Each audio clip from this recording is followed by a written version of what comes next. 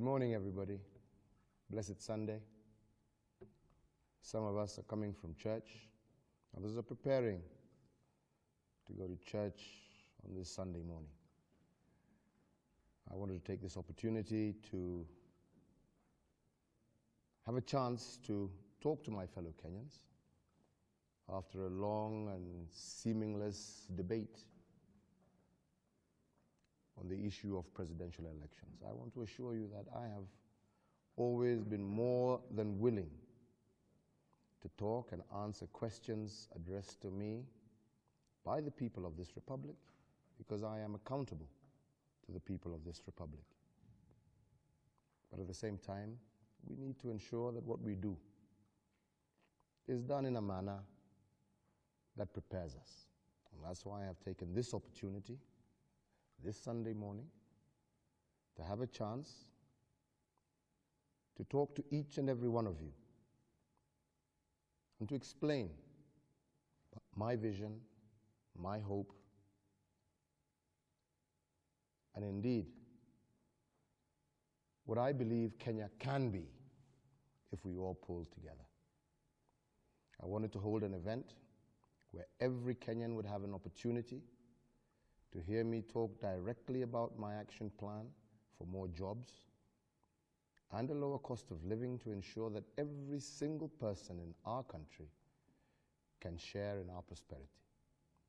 I want to have a candid conversation with all Kenyans, a conversation about the progress we have made, about the policies for the future, not about politics and power games. Indeed, I'll be spending the first 10 minutes this morning answering your questions that have been submitted already. And I want to thank the 10,000 plus Kenyans who have sent in a question. After this, I'll be answering questions live that you can ask me now. Simply tweet using the hashtag #ChatWithUhuru or comment under the Facebook feed. Let me say that today, as a Sunday, I'll be short.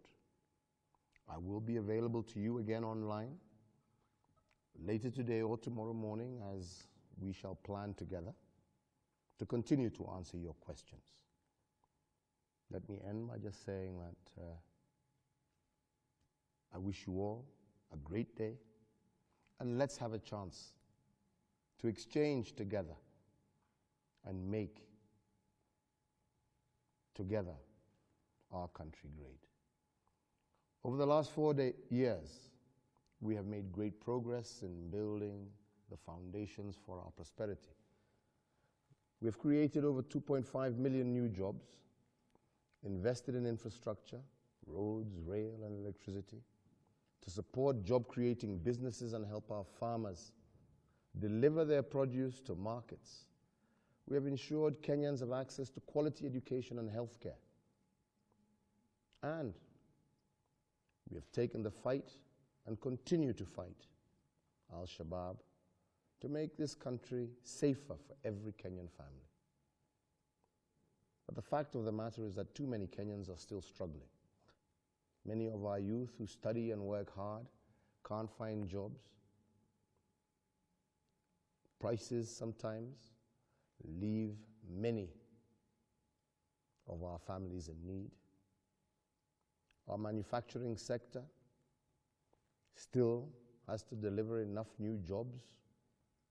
And that is why my action plan for more jobs and lower prices will transform the progress from the last 4 years into real benefits that will be felt by every single Kenyan. My action plan will transform the progress that we have made over the last 4 years into real benefits for Kenyans. Over the next 5 years, my government intends to create 6.5 million extra quality jobs, especially for our young people. We will continue to invest in infrastructure, education and training, small enterprises, and a 21st century high-tech economy that will deliver prosperity and jobs for all. by investing in farming and markets, transport and trade. We've been able to build the foundations for food security, protection against drought, and better transport links for food delivery. With my action plan, I will take immediate action to ensure that this progress means a lower cost of living for you and your family. And with my introduction over now, it is time for me to start taking your questions. Great. I have a question here from one Ben Kirui from Nairobi, who's asking me, Mr. President, I am one of the many educated and unemployed youths who have skills that can be tapped to make Kenya better.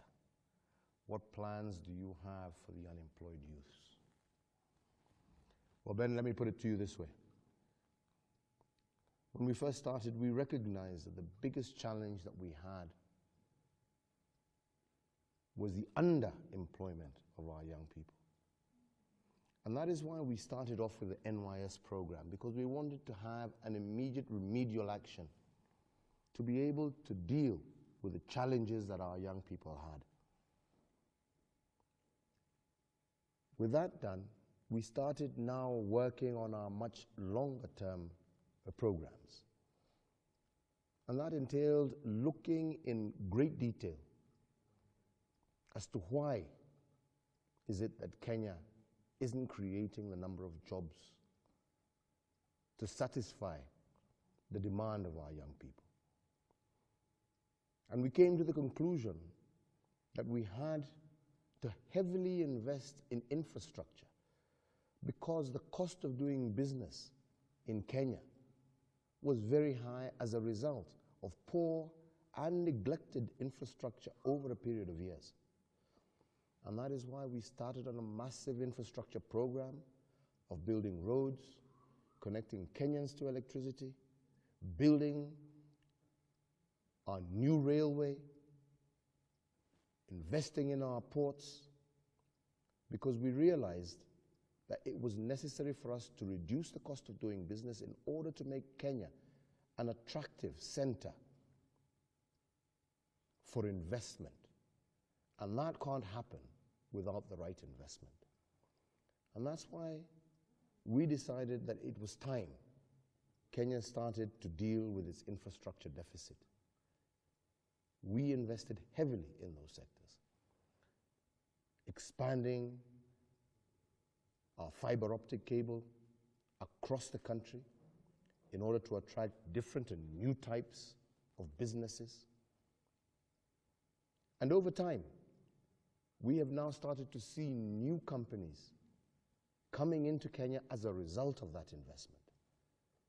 And these new investments are the investments that are going to be able to create an opportunity for you and many like you to have opportunity, to have a chance to get a job. Because we have created an environment where people can come, start, establish their businesses here. That's why we invested heavily, and for the first time since the colonial times, introduced a new Companies Act that makes it easier to start up a business in Kenya, so that we're not just depending on the big businesses, but also investing and ensuring that it is easier for our own young people not just to be job seekers, but to be job creators.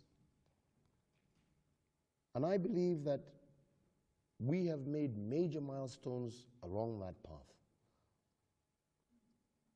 Last year alone, we had over 2 billion shillings in foreign direct investment that came into our country. Last year alone, the Kenyan government invested over 1 billion shillings in the Kenya industrial estates that lent money to over 2,000 young startup middle industries across the country, each employing at least 5 people. This is the foundation, my friends, that we need in order to create an economy that can satisfy the big demand for jobs that we need. And that is why we keep saying, we need a country that is going to be united, that is going to be peaceful. We need a country that is going to be stable in order for us to be able to focus on those things that shall ensure that we create an environment where people are coming to Kenya to work, not talk politics, but coming to Kenya to work, coming to Kenya because of the great stamina, the great entrepreneurship that our people have, and the great and wonderful first-class infrastructure that we are developing that makes Kenya not only competitive, but a pleasant place also to do business. There's another question here from Embu, where you're talking about, and this is from Munyi from Embu County, who is saying that in Embu County, in Bere, why can't you help us get irrigation water so that we can do miraa farming? I will say this to you, Munyi, and I'll say that in the last 4 years, one of the key areas that we have focused on as a government is how to improve farming, how to modernize farming.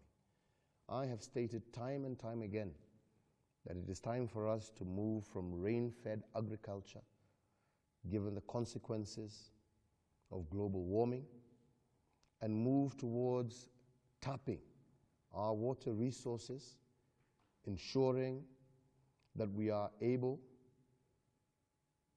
to dam our waters.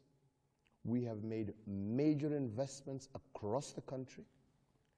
In Embu County, we are talking about the Grand Falls Dam, which we are now working and hopefully will start very soon to be able to tap those waters in order to make sure that the people of Embu, Mbere, Tharaka-Nithi, Kitui are able to tap those waters and turn their lands into productive lands to increase production in their areas and to ensure food security for 45 million of us. These are things that should have been done many, many, many years ago, but unfortunately haven't been done. And that is why I have really focused on ensuring that we focus ourselves on this infrastructure. Water security, to assure food security, to assure opportunity for our young farmers across the country. So my friend, mine is to tell you that we have started across the country. Thiba Dam, which we intend to start soon in the 3 Ukambani counties. The dam that we are building up in Marsabit. The dam that we're also building up to provide both irrigation water and drinking water to the people of Baringo, Nakuru counties. These dams we are building to assure ourselves that we not only have water security, but food security for our people and opportunities for young men and women like yourself to create a living for the future. I have another question here that says, how does TZ beat us to rapid bus transport with own lane? Thanks for the SGR, but please do more for public transport. Well, I do agree with you.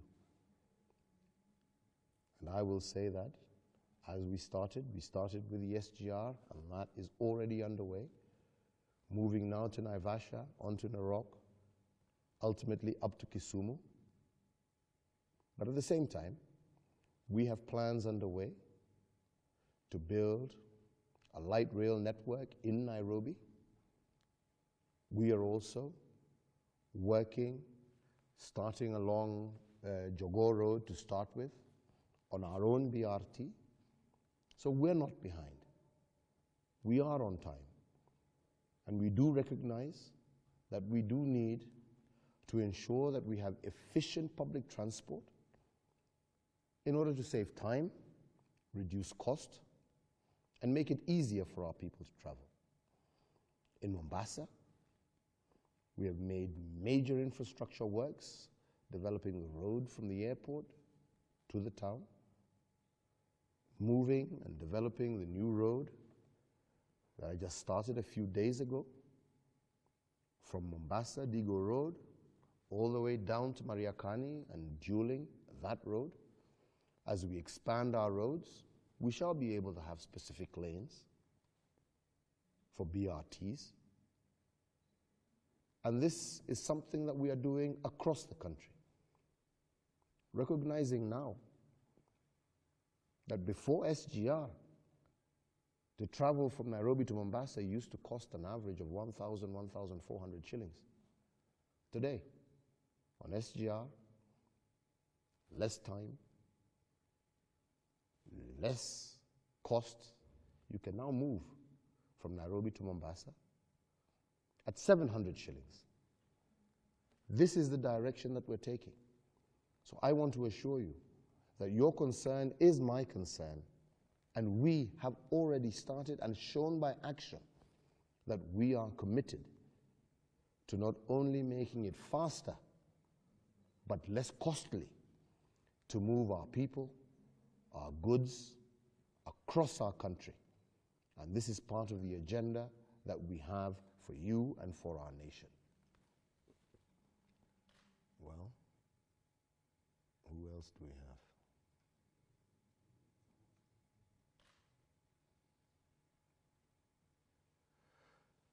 This is a question from Michael Shitaka, my president. My one and only problem with your government is massive corruption. What do you intend to do about massive corruption and those who have been implicated in corruption?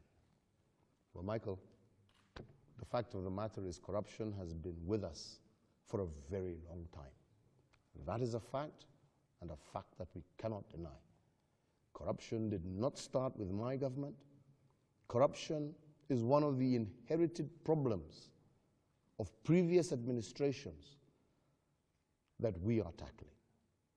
My government is the first government to set up a multi-agency action plan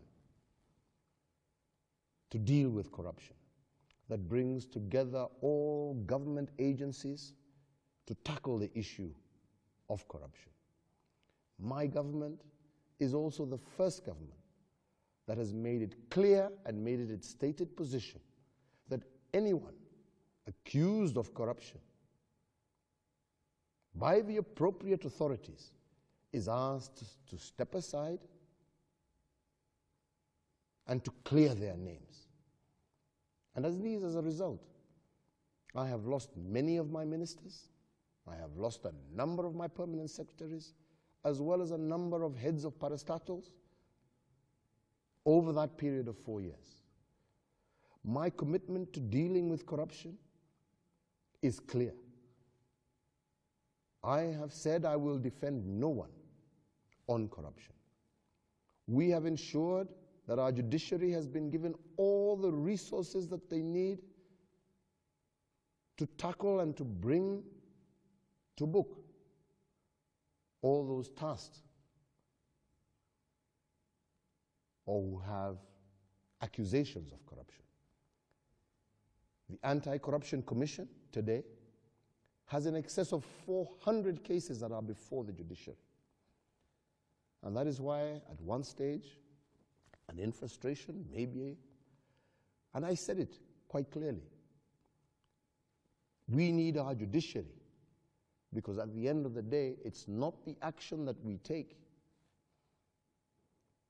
in terms of accusing somebody that matter. What Kenyans want to see is that those who have been accused are taken to court in a timely manner and are convicted and made to pay for their crime. This is where our focus needs to be. And we need our judiciary to also play their part so as to satisfy our fellow Kenyans on our commitment against corruption. Without a doubt, and as late as a few weeks ago, those cases that have been concluded in different parts of the world and people proved guilty, my government has moved in a very timely manner to ensure that those resources that have been gained from corruption are reclaimed. It was only just the other day that we seized assets of corruption cases that have been convicted, and indeed bought ambulances using those resources and spread those ambulances across the country to assist our people. So my government's commitment in the fight against corruption cannot be questioned. But we must recognize that it requires all arms of government, not just the executive, if we are to win this war.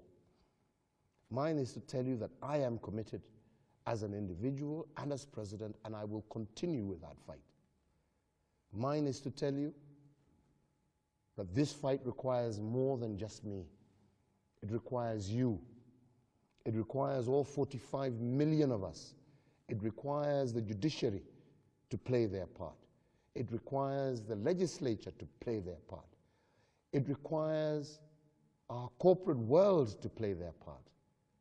It requires every single citizen if we are to succeed in our war and ensure that the resources that our country is able to produce are put to the best use for our people, for our country, and for our future.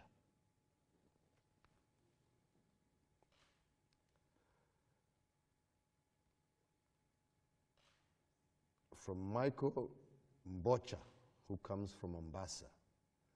With the ongoing construction of Lamu Port, the Chinese have brought their vessels and are manning them themselves, yet we have local shipping companies and trained seafarers who can work on these vessels. It is my request that you request employment for Kenyan seafarers, me myself included, because we are suffering due to lack of jobs. Yes, indeed, you are right. And what we are saying is that we need to create and to make a future out of our blue economy.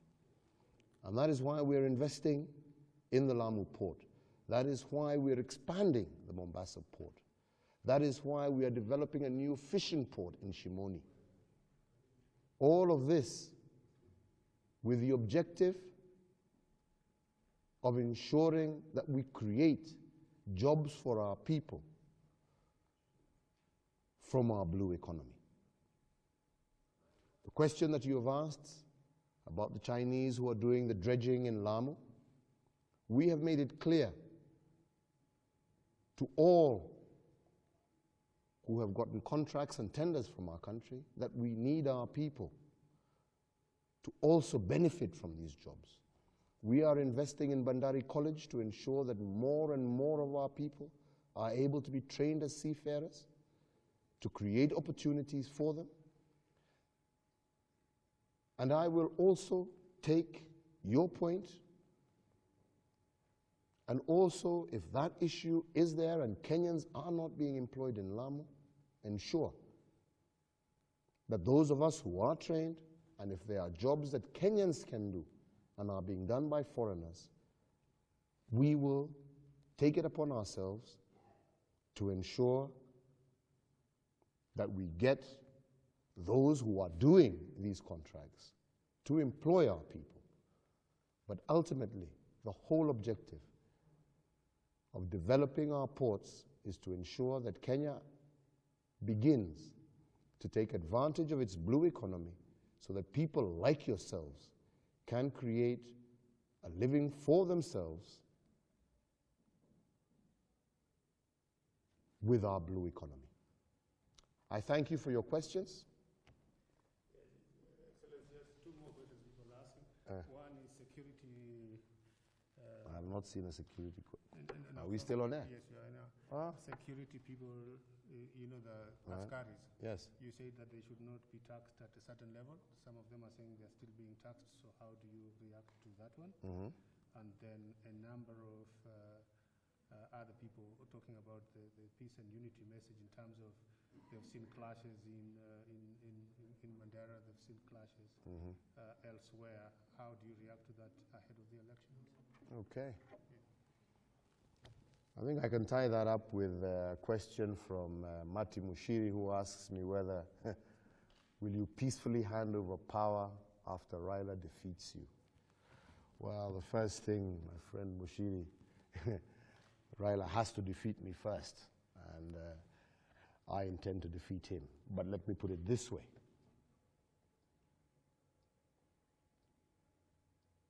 I have done in the past, will do in the future, accept the will of the people. I am busy campaigning with the hope that my fellow Kenyans will give me an opportunity to continue with the good job that we have already started. But I also, as I have said severally, if the will of the people is that another should be given the opportunity to continue, I will do everything in my power to ensure a smooth transition. But my belief and my hope and my ask to my fellow Kenyans is that you will endeavor to give me another opportunity to continue the work that we have started together to build a strong economy, to create opportunities for our young people, to create hope for 45 million of us, and to create a peaceful, harmonious, and united country called Kenya that we all share, that we shall all love, and we shall all prosper from. I think with that, our time is running out, so I want to end on one final note. The story of our country is defined by resilience, and without doubt the power of Kenyans to come together, to face challenges as one, and not just to complain from the sidelines. All Kenyans must adhere to the principles of unity, democracy, peaceful coexistence, especially as we prepare for this general election. We roundly and loudly reject the politics of division and incitement. No matter the results of the election, we must love one another as we love ourselves. And I believe that that message coming this Sunday morning, as most of us are out in our respective churches, this is a prayer that I ask each and every one of us to make, that we can live by His word, that we can love one another as we love ourselves. I thank you.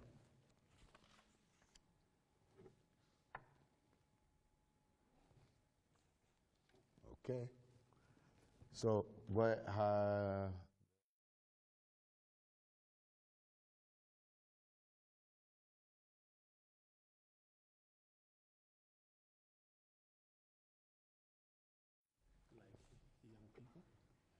Young people, what do you have for them?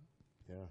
They would I like didn't that. see that. No, there's so many of them coming through. I don't know which was which. No, it's fine. Just the young one, this one, Height of Life, and the First Lady. Okay. To take the three, then I think we can then move to your next assignment. You can scroll if you want to take more. Okay. Live. They're all coming in at the same time. Yeah, so just maybe 5 minutes. Okay. This is an interesting one. How did I meet the First Lady? Well, when I met her, she wasn't the First Lady. She was just another wonderful, beautiful girl. Let me say that I first met her brother. Her brother and I were in school together, in secondary school together. And we became friends. And through him, I managed to meet his younger sister. And we started off a relationship that has lasted from high school till now. And I'm thankful to God for that. So for all of you, I mean, yeah, who you meet today as a friend and a partner will be a First Lady tomorrow. So I see her still as the girl I met in high school, not the First Lady.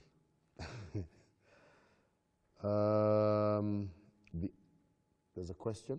That's what? IAAF. That was a great success. We had many of our 17-year-olds and under who made Kenya proud, proud, proud, proud, showing and truly exhibiting the talent that we have as Kenyans, the achievements that we can reach as Kenyans. They did us proud. They may not have come number one,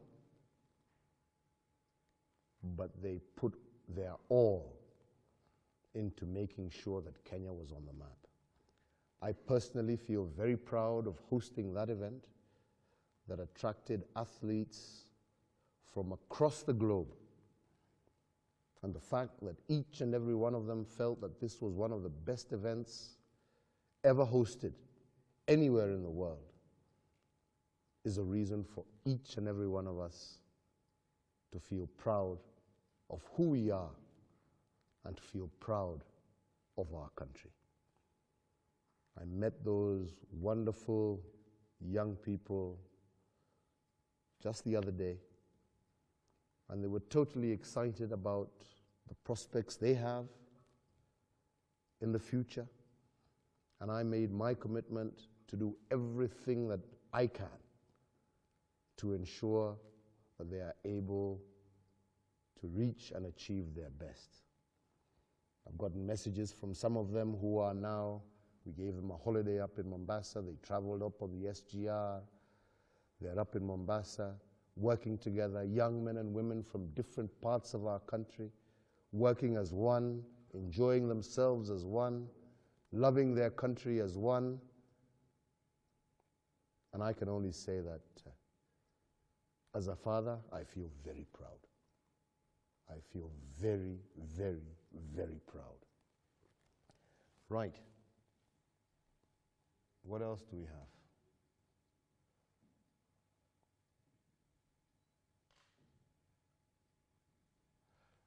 Mr. President, how are you going to make sure that there's no chaos during and after the election? That is from Emmanuel Siwa. I believe we have put in place all the necessary mechanisms to ensure that Kenyans are secure before, during, and after the election. But the most important factor are the Kenyan people themselves. We must ensure that we are able to carry out our democratic right to cast a ballot for those leaders that we wish to lead us. But at the same time, we must also ensure that we, after casting our ballot, go home in peace, continue with our day-to-day lives, and wait for that body that has been mandated by our Constitution to tell us which of our leaders has won, and for us to accept their decision and move on as a country with the full knowledge that elections come and go, but Kenya is here and will be here long after all of us have left. So whereas I want to assure all Kenyans that our security agencies have put every mechanism in place to ensure that Kenyans are safe, I must also take the opportunity to remind each and every one of us that it is our responsibility to safeguard each other by not committing to violence, but by using constitutional means, legal means, judicial means, to air whatever grievances that we may have, and to recognize that chaos never resolves anything.